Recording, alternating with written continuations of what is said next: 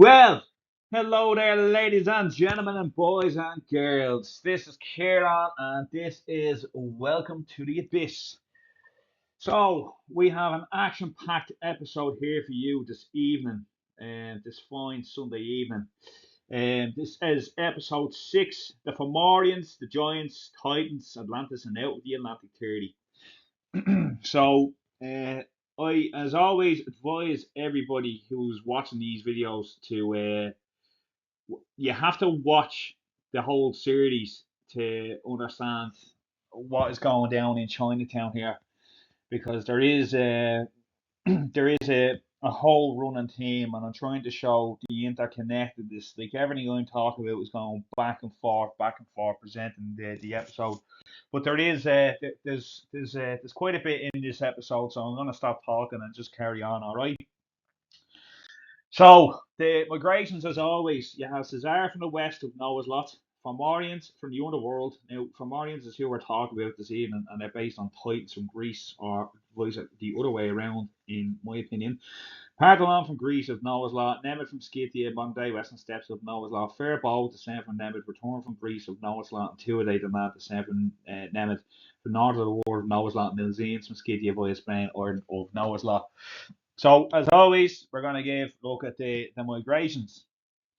So, current understanding is this is the out of Africa theory, where mitochondrial Eve pops up through Africa into Europe and splits off this way. I, on the other hand, will present my own evidence that disagrees with this. My opinion is that it goes this way.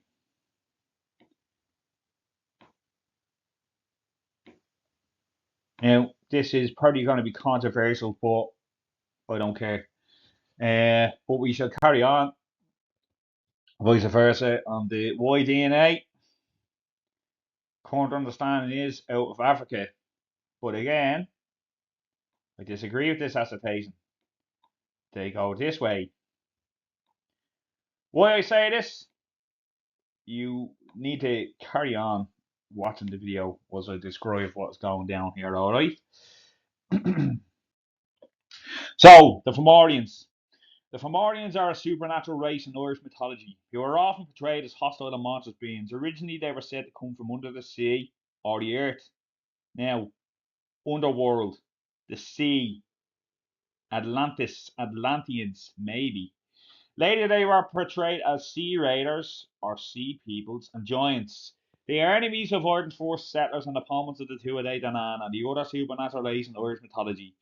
Although some members of the two races have offspring, the Tuatha defeat the Fomorians in the Battle of Magturid. This has been likened to other Indo-European myths of a war between gods such as the Aesir, Vanir in Norse mythology, and the Olympians and Titans in Greek mythology. Again, we're going to see constant connections back and forth. This is why I'm presenting this in this series. There's a back and forth between Ireland and Europe, and I'm trying to present it in such a way that it's like there's 100% truth in these stories. So, giants in Ireland, we have a place called the Giant Causeway, which is in Northern Ireland. Now, the Giant Causeway is actually beautiful. I've been up there a couple of times myself. It's like a basalt kind of beaches, but not beach, but it's on the northern coastline of Ireland. And they say at one stage they're possibly connected to Scotland, and its giants used to go back and forth. Now, as previously presented in these episodes, that there is massive connections between Ireland and obviously mainland, what is modern day the United Kingdom. These people are all Gaels or Aryans, depending on your understanding of what is going on here. But Phil McCool, otherwise known as Finn McCool, was a mythical hunter warrior of Irish mythology, associated with the Feniac. Now, remember, Phoenicians, of the Fenian cycle, Phenoi, as previously mentioned in other episodes, but there will be a mention of the Phoenicians later on in this episode here. Now, in general, he is not considered to be a giant, but in the case of the Causeway legends, he is almost always made out to be a giant, or at least extraordinary height. A second version of the story claims Thrun was in love with a giant woman living on Staffa, and the causeway was built in his attempt to bring her back. Benandamar, a giant named Benandamar, otherwise known as the Red Man, was believed to roam Scotland. MacCool and the Red Man did not see eye to eye, and Fionn challenged his Scottish nemesis to a fight while they shouted and threatened each other from across the water. Now again, remember, Red Man. So this is the Giant's Causeway. I think I wish I had more pictures from my couple of visits there, but this is the best I can do. If anyone's been to Ireland, I'm sure you've visited this area. It is beautiful. Because as I said, there's a lot of natural beauty in Ireland that a lot of people in Ireland themselves have never seen half the stuff. I was lucky that I worked all across Ireland, so we got to see lots and lots of these sites, just kind of floating around, having a bit of crack, yourself. So other giant references. So giant graves are intriguing ancient sites found in Ireland. These early Bronze Age Horn Galley graves feature a central chamber and the covering mound was weathered away over time, leaving behind a jumble of upright stones standing over a narrow stone-like depression in the ground. These megalithic monuments are part of a broader collection of ancient sites across Ireland, including burial sites like passage, portal tombs, and wedge tombs, as well as ceremonial sites such as stone circles and stone roads. So in the pictures here presented, you have Ergrim stone circles in Cork and the Ballymena stone circle.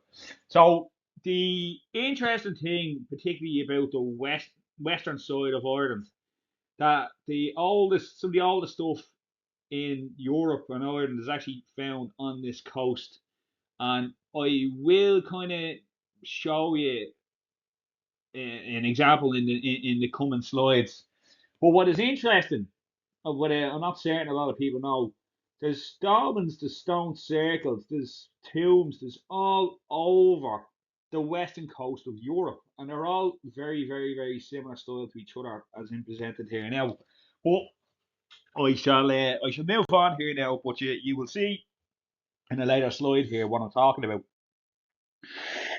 So Titans. So if you ever heard of the Titans of Greek mythology, they are mortal deities who ruled the cosmos before the Olympians. The original 12 Titans, the children of the primordial gods Gaia and Uranus, assumed power of overthrowing their tyrannical father, only to become tyrants themselves. Cronus, the youngest Titan, became king after usurping Uranus, featuring a similar fate. He attempted to prevent any revolts against by his own power by swallowing his children as they were born. But Zeus, he becomes the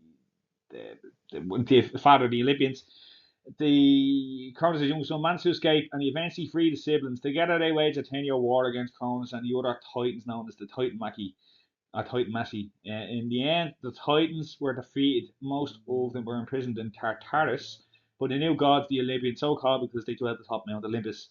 The Titans included not only the 12 children of Gaia and Uranus, but also some of their descendants, such as Prometheus, Atlas, Metis, and Leto. Though they were sometimes represented as crew in Greek mythology, the period during which the Titans ruled was nonetheless regarded as a golden age. Unlike the Olympians, however, the Titans were almost never worshipped in ancient Greece. An exception is Rhea, the mother of Zeus, and the Olympians, who were sometimes worshipped as the mother of gods or great mother. Again, gods, genealogies. What have I been discussing in these last couple of episodes of Welcome to the Abyss? Genealogies, the gods, all these different cultures that all connect. But I shall carry on. So, Atlantis. Atlantis is very important. Okay, so if you're not certain of the Atlantis story, we'll give a quick recap here. Atlantis, or Atlas, the island of Atlas, is a fictional island mentioned in the Plato's work Timaeus and Critias. As part of the allegory on the hubris of nations, in the story, Atlantis is described as a naval empire that ruled all western parts of the known world, making it the literally counter-image of the Archimedes Empire. After an ill-fated attempt to conquer ancient Athens, Atlantis falls out of favour with the deities and submerges into the Atlantic Ocean. Since Plato describes Athens as Rembrandt's ideal state in a republic, the Atlantis story is meant to bear witness of the superiority of the concept of state. So, in Ireland, in Irish mythology rather, there's somewhat of a mention of the Archimedean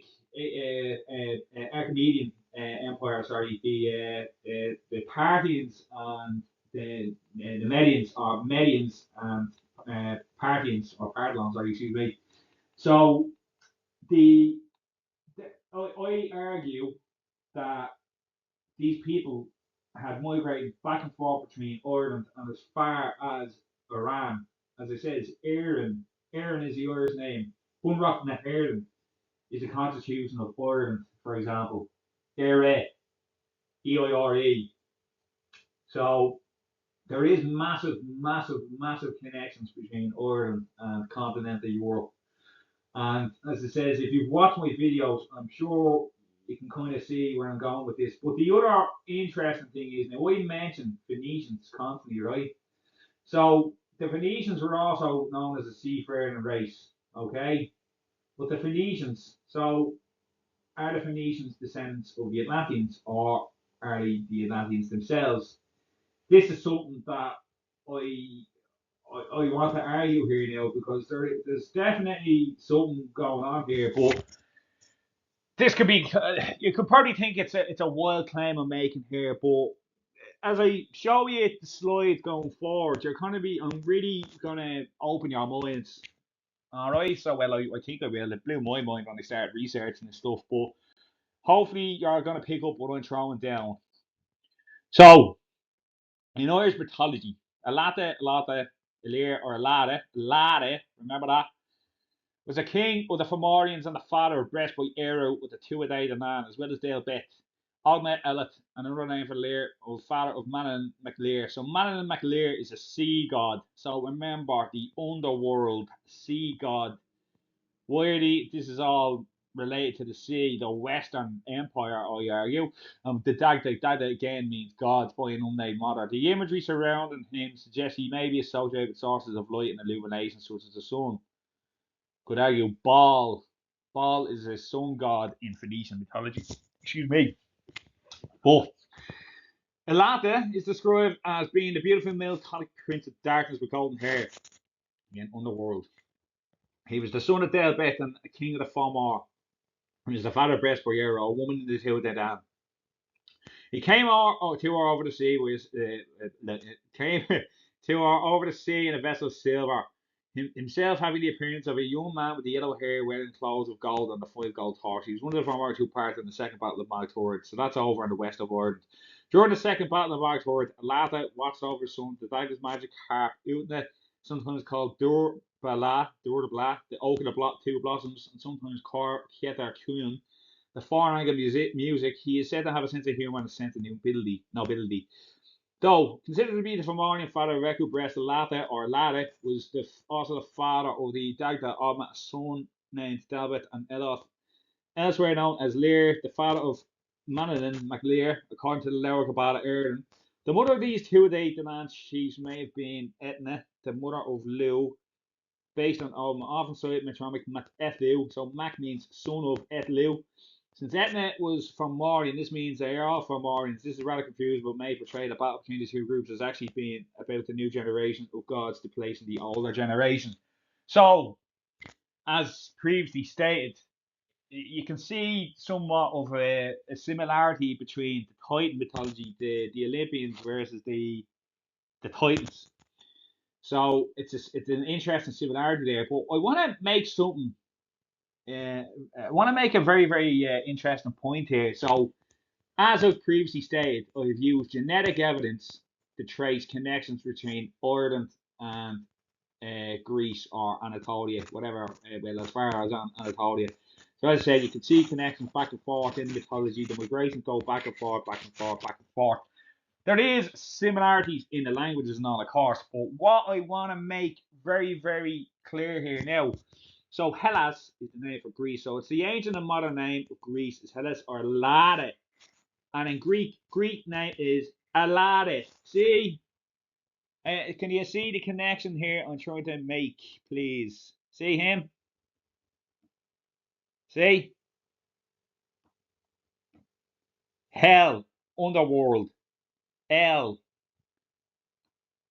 See? El is word for God also. Dagda is God in Irish as well. There's something here, but as it says, there's somewhat of a connection here going back and forth. Again, languages. Languages is key. and obviously similarities in the mythologies as well, of course. So I said I just wanted to give a quick synopsis of who the Fomorians were, the Giants in association with Ireland, the monuments in particular, and the sea. Okay, so what did I say? Atlantis, Titans, Olympians, Fomorians, Giants, monuments. Excuse me. So here we have a current map of the world. So this is a satellite image thanks to Google Maps. All right. So as you can see here,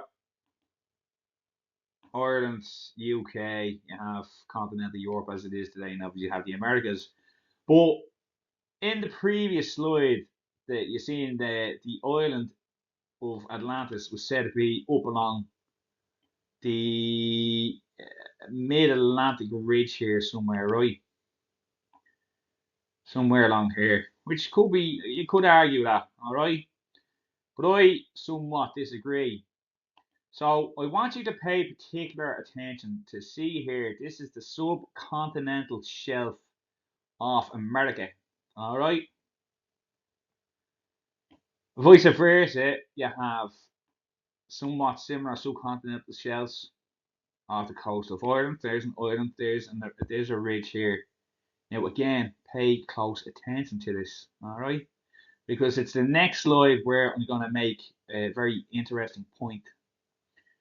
So this is the line I want you to pay attention to. Okay.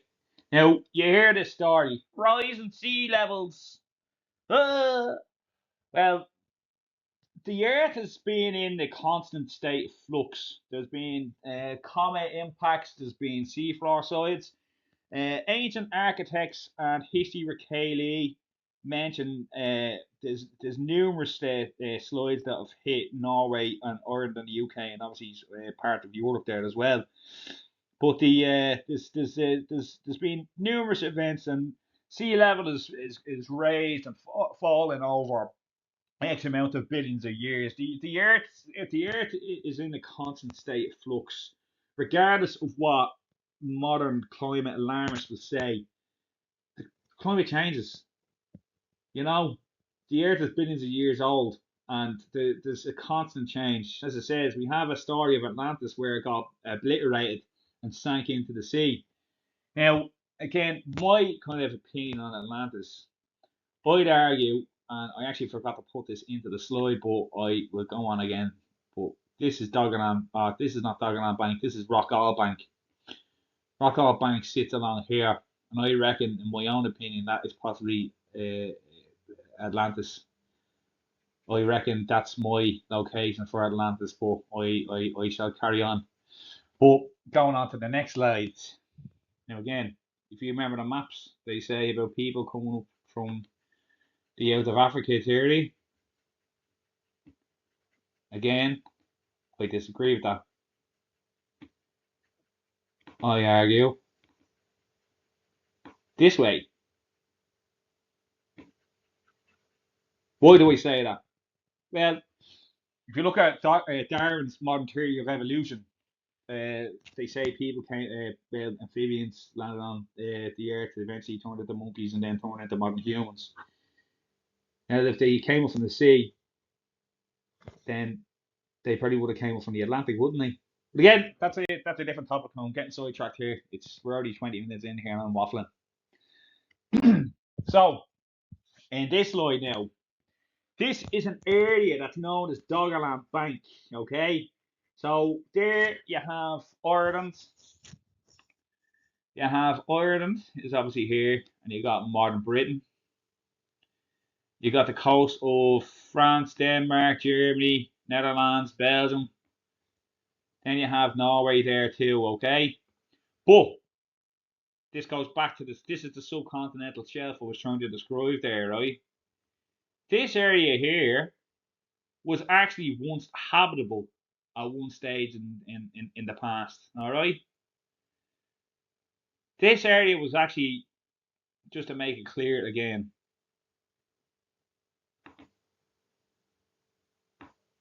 here, all this area here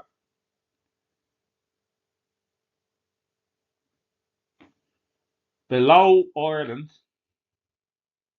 and below Britain. So below the modern sea level. So again, I just want to make this extremely clear. Ireland and Britain were once connected to mainland Europe, and this shelf here was once habitable. It may have been thousands of years ago that the area was habitable, but regardless, it was still habitable. So as you can see here in the little box here, continental Europe above sea level. So the kind of pale green. I'll actually rub all that out. Sorry, just give me a second.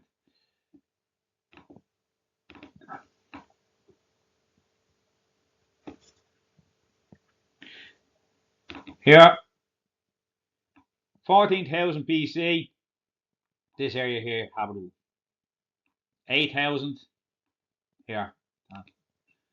7,000 same. And then this is modern land. Okay.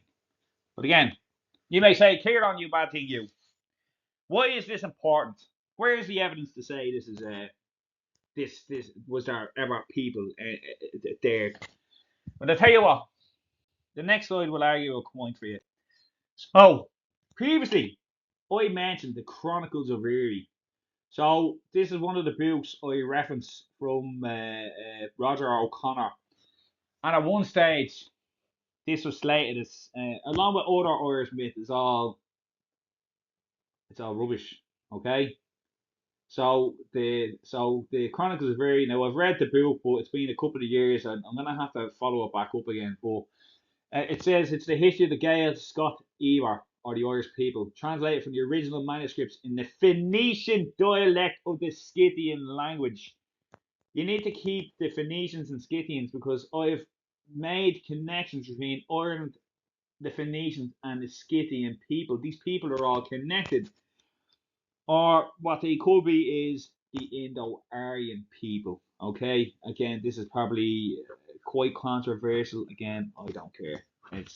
This is myself and Linda have worked on research on this stuff over many years now at this stage. So if we want to disagree, disagree. So the one thing I want to make a point here. So I remember watching Ancient Architects. He was the first guy I actually seen talking about Doggerland Bank. Okay, now Doggerland Bank was actually discovered in 1920 or 1930, ballpark figure there. You can I forgot to put that into the slide. I wanted to whip this together quickly, but the this book here, Chronicles of Eri, was written in 1822. Okay, this is important.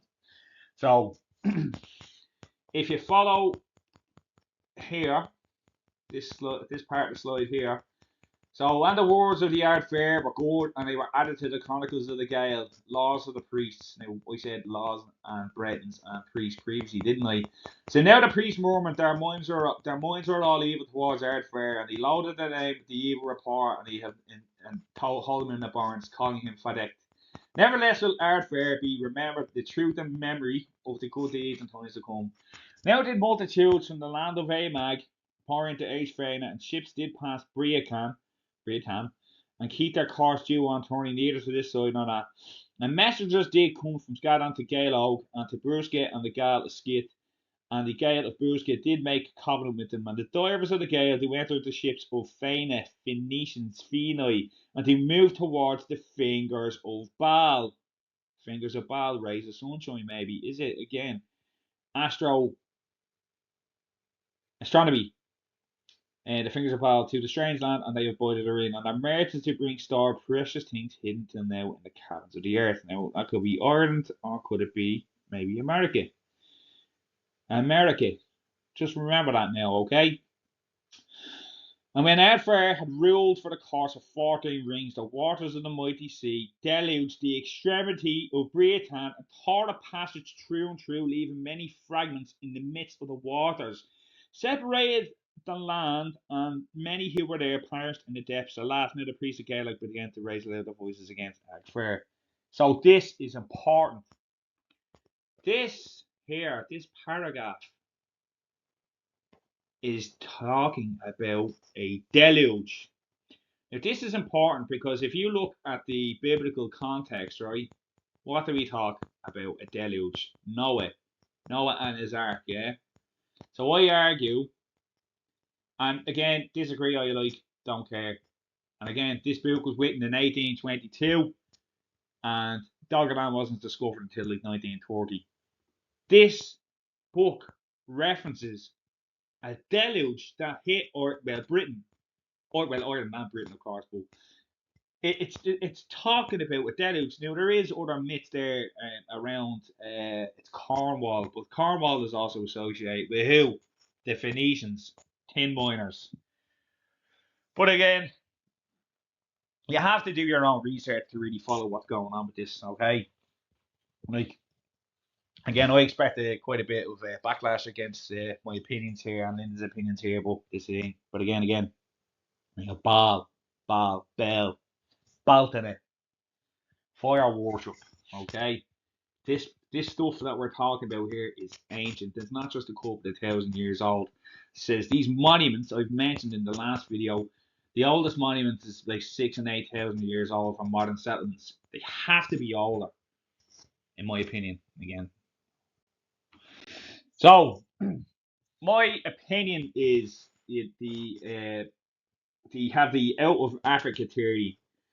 My opinion is this is the, the modern, I suppose, Caucasians is actually the modern Atlantis theory. This is out of the Atlantic theory. We are the descendants of the Atlanteans. Okay, so as you can see here, I'll just focus on uh, this picture on the right hand side. Remember the subcontinental shelf I pointed out, which is essentially up along here. I know that's not a great picture, but you know what I mean. But these area rich in megaliths. Look at the observation. The people, the oldest monuments start on the west.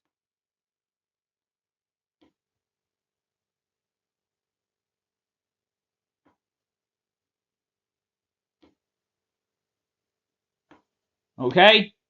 Now, what did I say to you already? Ring forts, stone circles, standing stones. These all start on the western coast of Europe. It is illogical to say that people came from the east and into the west, and all the oldest stuff is on the west coast. You know what I mean? To me, it doesn't make sense.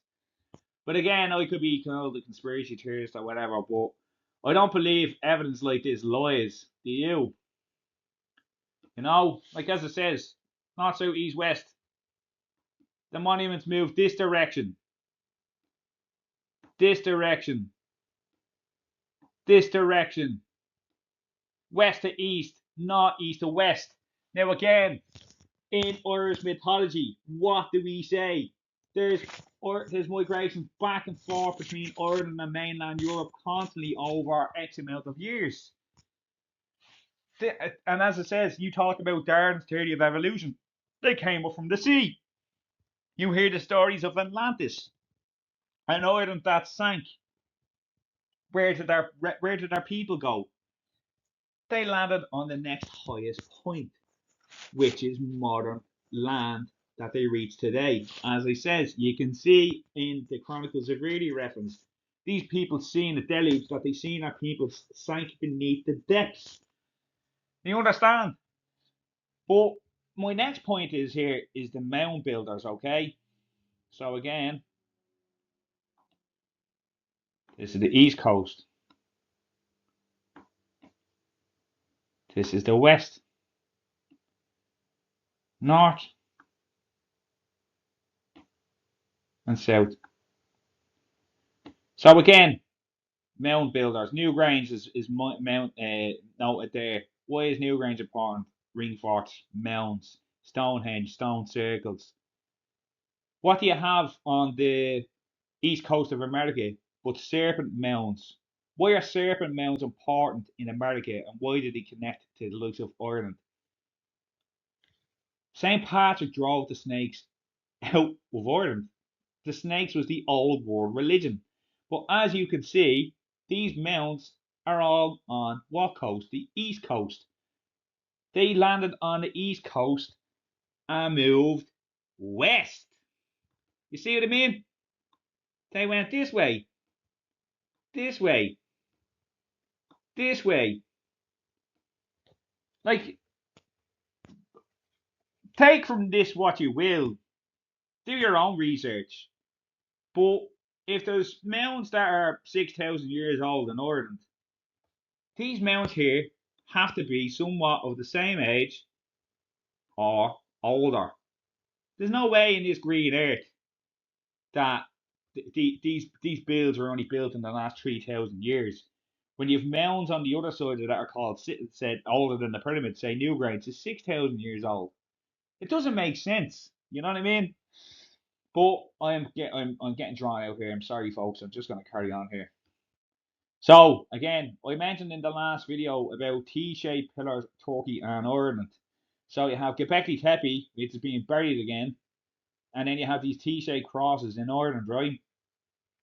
But I just used an example of Tala in Menorca. Menorca is just an island off the coast of Spain. It's on the southeastern side of Spain. So you got these dolmens, you got these T-shaped pillars.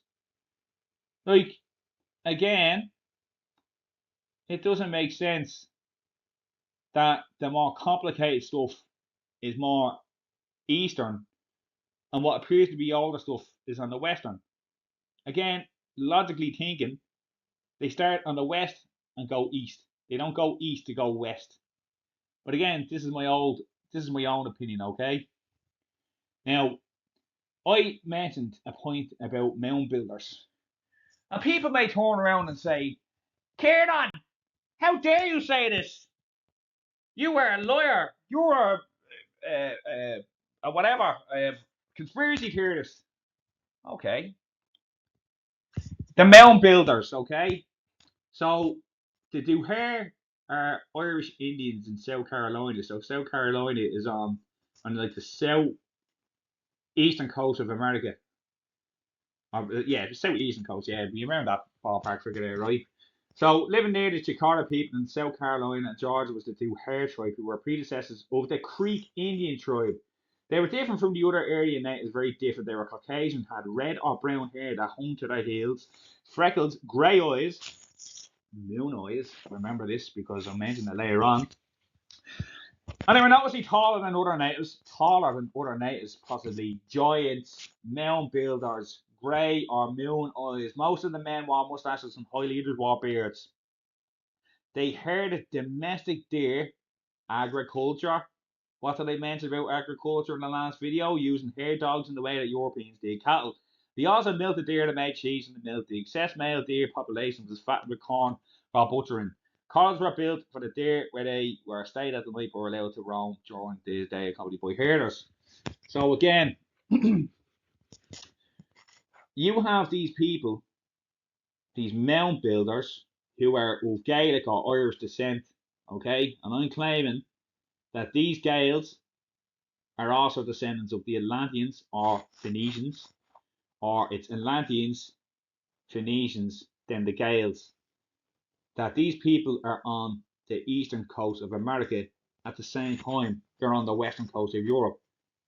You know, and like again, do your own research here, folks. There's a clear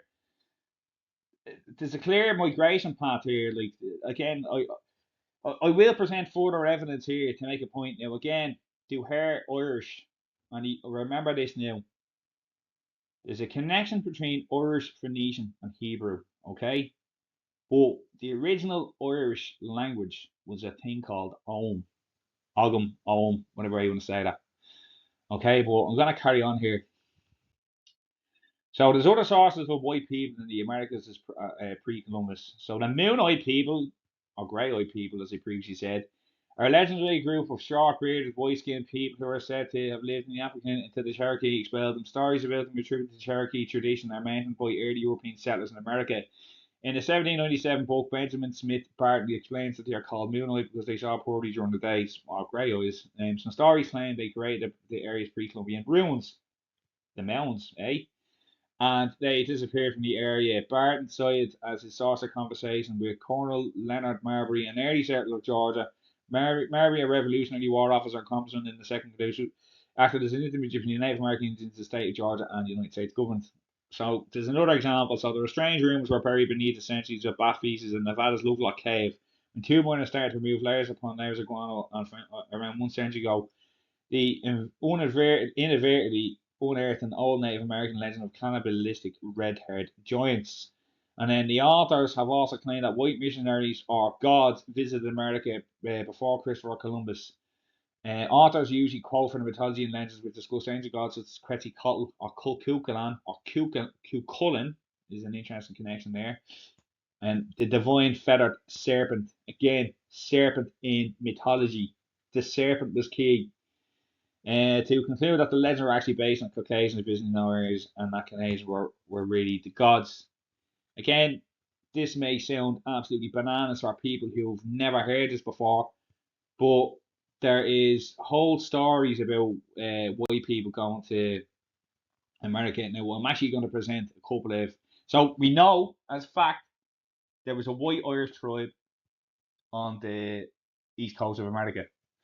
There is other examples, okay, but we're going to move next to the theory. And first of all, here's Quetzalcoatl. He's a possible white god there, okay. Again, the interesting thing is the cross there. Look. So the theory of Phoenician discovery of the Americans. The theory of Phoenician discovery of the Americas suggests that the Irish old world contact with the Americans was not with Columbus or Norse settlers, but with the Phoenicians, because the Phoenicians were who? They were seafarers. I argue these people were descendants of the Atlanteans or the Atlanteans themselves. In the first millennium BC, the Sargasso Sea may have not been known to earlier Moranos as the poem Aurum Marama by the late 4th century author Rufus Festus Aventus describes it from portion of the Atlantic as being covered with seaweed, citing a now lost account by 5th century BC Carthaginian navigator Himplico. The petroglyphs on Dighton Rock in the 18th century, a number of people speculated on the origins of the petroglyphs in Berkeley, Massachusetts, that the president believed that to be Hebrew, but again, Hebrew and Phoenician and Irish are all connected because Phoenician is the precursor to Hebrew, and they were commemorating a native visit to the east coast by a group of sailors from Carthage. So these were known sailors. So again, the Phoenicians were in Ireland, and they were arguably in America as well. But then again, who am I to say this? It's not as if there's lots of evidence to point it out. So in this next slide, so Saint Brendan the Navigator. So to give you a little bit of information, so Saint Brendan the Navigator actually spread Christianity into Europe. But the story is he actually got as far as North America. He was in Newfoundland. So as you can see, Saint Brendan is one of the most famous Irish saints. But whether he got to America before Christopher Columbus has remained one of the continuing Irish mysteries. Saint Brendan is one of the early monastic saints. He is chiefly renowned for his legendary quest to the Isle of the Blessed. Also called Saint Brendan's Island, the venerated saint was one of the 12 apostles of Ireland. We also knew for certain is that between 512 and 530 AD, Saint Brendan built monastic forts. They built forts around Ireland and then undertook a 7-year voyage, which is said to be the basis of the American legend. It is described as a hero's journey in a boat and visits to an island far to the west, which made modern historians believe is America. The island is called the Isle of the Blessed. Some scholars believe that the Latin text Navigator Sancti Brandani Abbatis, the voyage of St. Brendan the Abbot, dating back to at least 800 AD, tell of the story of St. Brendan's 7-year voyage across the Atlantic Ocean, landing in Newfoundland. So, again, you have the Duhare tribe, you have stories of the Norse going to the Americas, you have story of white gods being Quetzalcoatl, okay? There's numerous stories of contact between America and Europe pre-Columbus. Now again, do your own research. Like I've made these connections myself over the last, well, not myself, me and Linda. I've done this over the last couple of years. So as I says, there's mounds there, there's settlements there, there's a similarity in the mythology there. Now, what else have you got? Is there a language connection? Well, Ogham or Ogham. So this is the original alphabet. Okay, it's known as a tree language. So these Ogham Ogham is on standing stones, and his inscriptions are particularly on the west coast of Ireland. They're all found, and you do find examples of this across the western coast of the UK. Okay, but the so to give you a quick description, so Ogham is an early medieval alphabet used primarily to write the early Irish language in the Orthodox inscriptions 4th to 6th centuries AD and later in the Old Irish and Scholastic Ogham 6th century to 9th century. Roughly 400 survive in Orthodox inscriptions and stone monuments throughout Britain and West Ireland and Western Britain, the bulk of which are South Munster. The largest number outside Ireland are Pembrokeshire, Wales. The vast majority of the inscriptions consist of personal names. According to the High Medieval Brit Ogham, the letters are named for various trees. For this reason, Ogham is sometimes known as the Celtic tree alphabet. The etymology of the word Ogham remains unclear. One of the possible origins for the Irish Ogham is point seam, referring to the seam made by the point of a sharp weapon. So there is other types of Ogham, but that's going to be another video. I'm going to be wrapping this up fairly rapid here now, but I just wanted to kind of show you some of the connections here. So you've got monuments, you've got people, you've got myths, you got language. Now, again, this is quite controversial, but again, I don't care. The evidence is here in front of you. You can find all this stuff readily available online. I found it. I found books on it. There's plenty of talk about it, but then again, history is written by the winners. But I do disagree with the timeline that is stated up above here now, the 4th to 6th centuries. Now, modern Gaelic has had numerous iterations, so the modern Irish alphabet is actually different to Old Irish because to save the Irish language after it was nearly decimated, to repopularize it, they had to suit the print to modern print from the British Industrial Revolution. So the, the alphabet is actually totally different. But then again, the old Irish alphabet is totally different from its own. Okay, so I argue Ogham is actually a root language.